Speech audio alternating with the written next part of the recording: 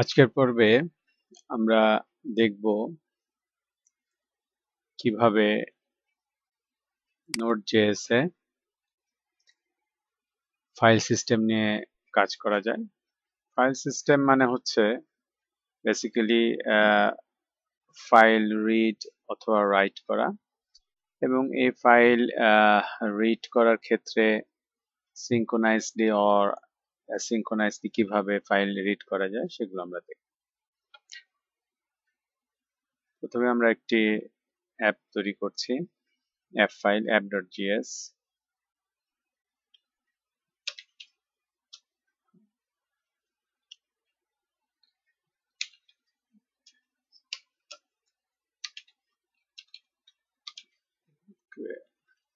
for fs is equal to equal fs, এখানে fs means file system।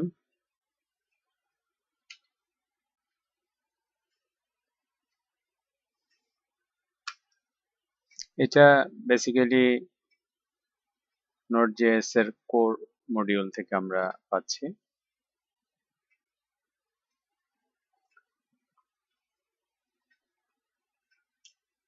তো আমরা প্রথমত একটা এক্সটার্নাল ফাইল থেকে আমাদের app.js থেকে কিভাবে এক্সটার্নাল ফাইল থেকে আমরা ডেটা পড়বো সেটা দেখব। ফর এক্সাম্পল আমাদের এই ফোল্ডারে একটা txt ফাইল তৈরি করি,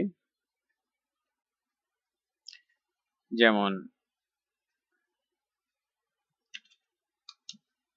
employees txt।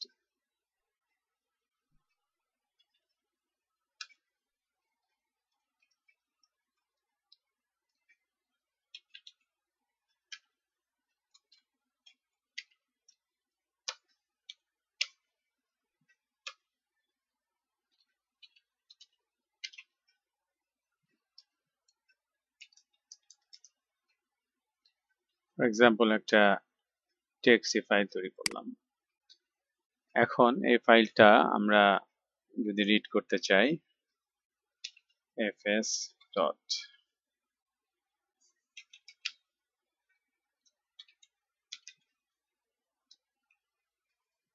read file, file name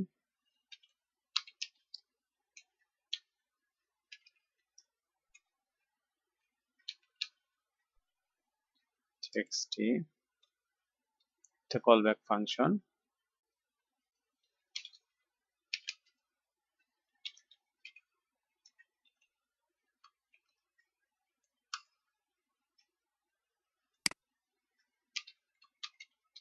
callback ফাংশনের প্যারামিটার হিসেবে আমরা error এবং ডেটা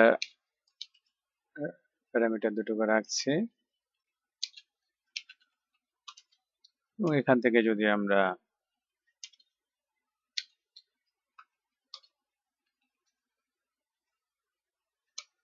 ডেটা পাওয়ার চেষ্টা করি, তাহলে আমরা কনসোল লগের মাধ্যমে ডেটাটা দেখতে পাবো আর কি।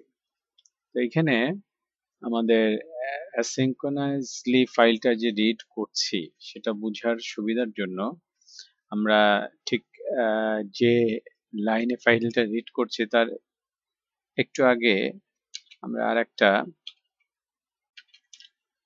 কনসোল লগ নিয়ে নিচ্ছি। ধরুন আমরা একটা মেসেজ লিখলাম স্টেপ 1, তার মানে হচ্ছে আমাদের 2 নাম্বার লাইন অনুযায়ী প্রথমে ফাইলটা যখন পড়বে Node.js এর এই জাভাস্ক্রিপ্ট ফাইলটা, তখন ফার্স্টে কনসোল লগ স্টেপ 1টা ফার্স্টে পড়বে, তারপরে রিড ফাইল স্টেটমেন্টে আসবে, তখন সে ফাইলটা পড়া শুরু করবে। তারপরে আমরা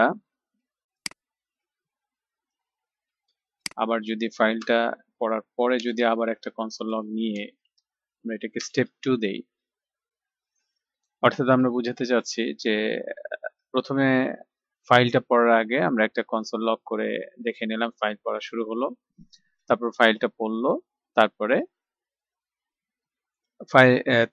স্টেপ 2 তে সর্বশেষ স্টেটমেন্ট এটা। তার মানে আমাদের যেভাবে আমরা কোডিংটা লিখলাম সেটা অনুযায়ী ইউজুয়ালি ফাইলটা রিড করে সেটা কনসোল লগে শো করা উচিত, ডেটাটা শো করা উচিত স্টেপ 1 আর স্টেপ 2 এর মাঝখানে। কিন্তু অ্যাসিঙ্ক্রোনাইজ ওয়েতে যদি ফাইলটা রিড করে তাহলে সে ডেটাটা দেখাবে স্টেপ 2 পরে। মানে এখানে যদি আমরা এই যে ফাইল ইনফো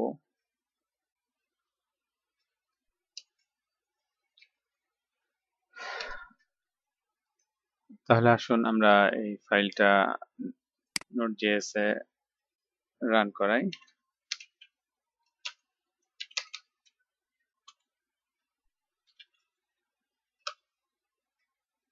তাহলে আমরা দেখতে পাচ্ছি যে এখানে একটু যদি খেয়াল করেন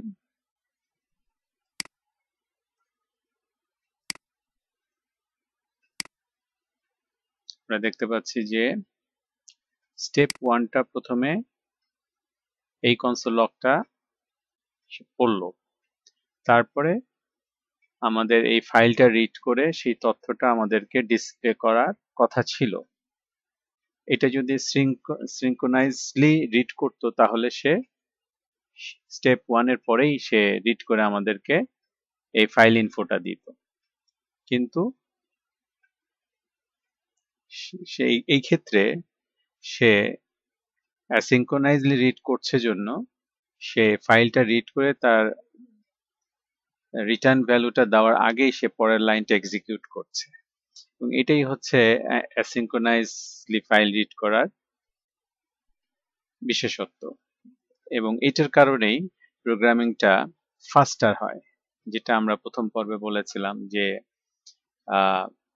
নন ব্লকিং, এবং এটাকে আরেকভাবে নন ব্লকিং বলা হয়। অর্থাৎ কোনো একটা স্টেটমেন্টে যে প্রোগ্রামটা ব্লক হয়ে যাচ্ছে না, যে ওইটার যে কমান্ডটা আছে সেটার এক্সিকিউশন কমপ্লিট হওয়া পর্যন্ত সে ওয়েট করবে, দেন সে পরে স্টেটমেন্টে আসবে, এইটা সে করছে না, সেক্ষেত্রে তার কিছুটা সময় লাগবে এবং প্রোগ্রামটা ফাস্টার হবে না। তো এটাই হচ্ছে নন ব্লকিং আইও মডেল। তো প্রথম পর্বে আমরা আরেকটা কথা বলেছিলাম যে সব প্রোগ্রামিং বা সবকিছুরই একটা মেরিটস অ্যান্ড ডিমেরিটস আছে। এটার এই অ্যাসিঙ্ক্রোনাইজলি অর্থাৎ নন ব্লকিং ফিচারটা যেরকম ফাস্টার, তেমন আবার সিঙ্ক্রোনাইজলি রিড করারও কিছু প্রয়োজনীয়তা আছে। যেমন আমরা যদি সেদিকে এখন একটু তাকাই যে আমরা কি সিঙ্ক্রোনাইজলি যদি এখন ফাইল রিড করতে যাই তাহলে যেটা করব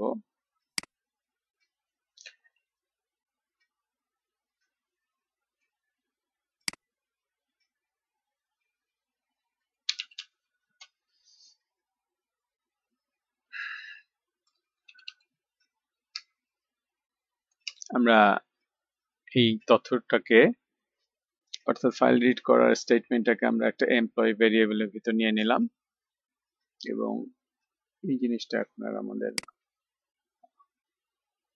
আপাতত দরকার নাই।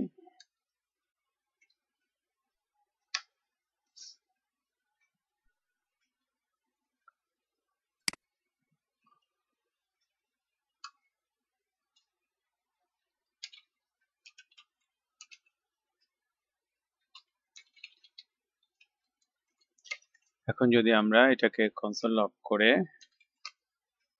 দেখি যে আমরা সিঙ্ক্রোনাইজলি ফাইল রিড করতে গেলে আমাদের সিঙ্ক কথাটা লিখে দিতে হবে।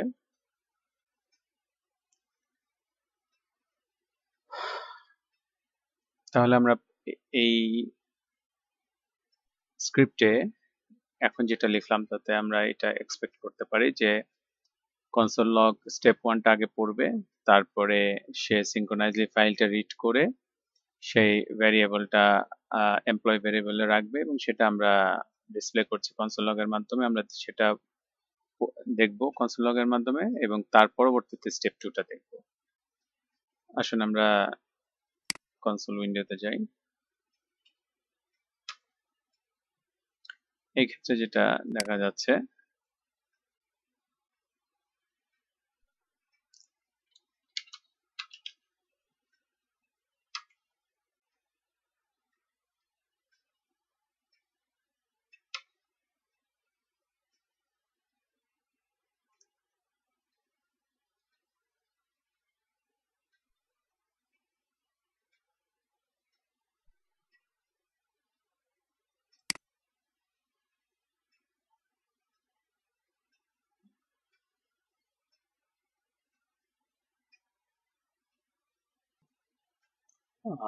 আমাদের এক্সপেক্টেড রেজাল্ট আসছে না। ও আচ্ছা, আমরা এখানে ফাইলটা সেভ করিনি। এখন যদি আমরা দেখি,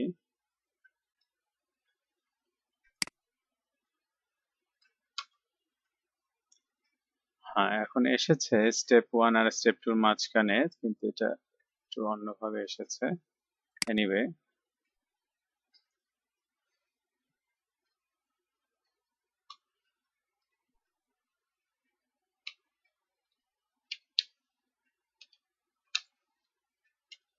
ইউনিকোড বাফারের সাথে এসেছে, UTF-8 দেই, তাহলে দেখতে পাচ্ছি আমরা যে স্টেপ 1 এবং স্টেপ 2 এর মাঝে আমাদের employee.txt ফাইলে যে তথ্যটা সেটা সিঙ্ক্রোনাইজলি চলে আসছে। তো এইটা অনেক সময় আমাদের প্রয়োজন হয়, যেমন আমরা যদি ধরুন এই তথ্যটা আমরা যদি একটা জেসন ফর্মে জেসন পার্স করে আমরা একটা জাভাস্ক্রিপ্ট অবজেক্ট ক্রিয়েট করতে চাই। ফর এক্সাম্পল, এখানে আমরা যদি এরকম করি,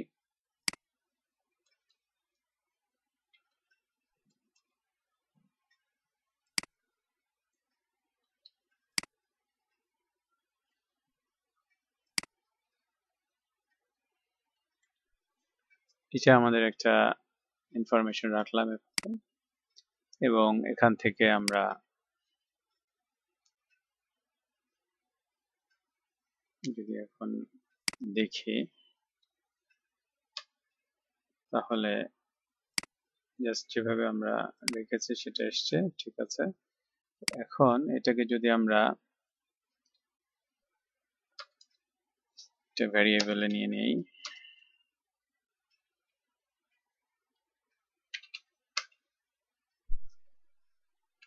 p1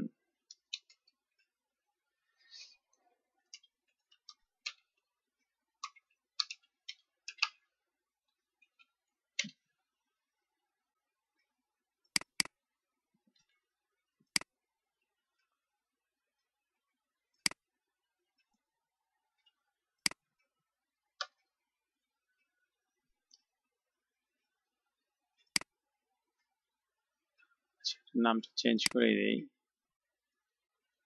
নামটা কনফিগ করে দিলাম,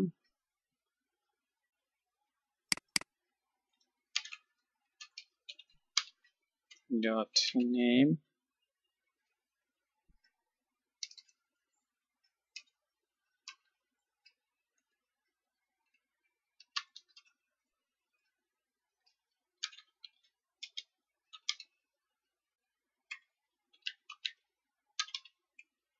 স্যালারি।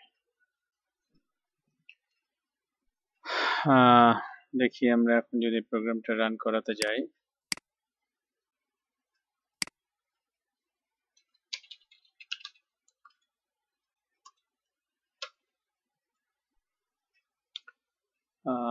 এরর দিচ্ছে, ডিফাইন্ড নেম, ওকে।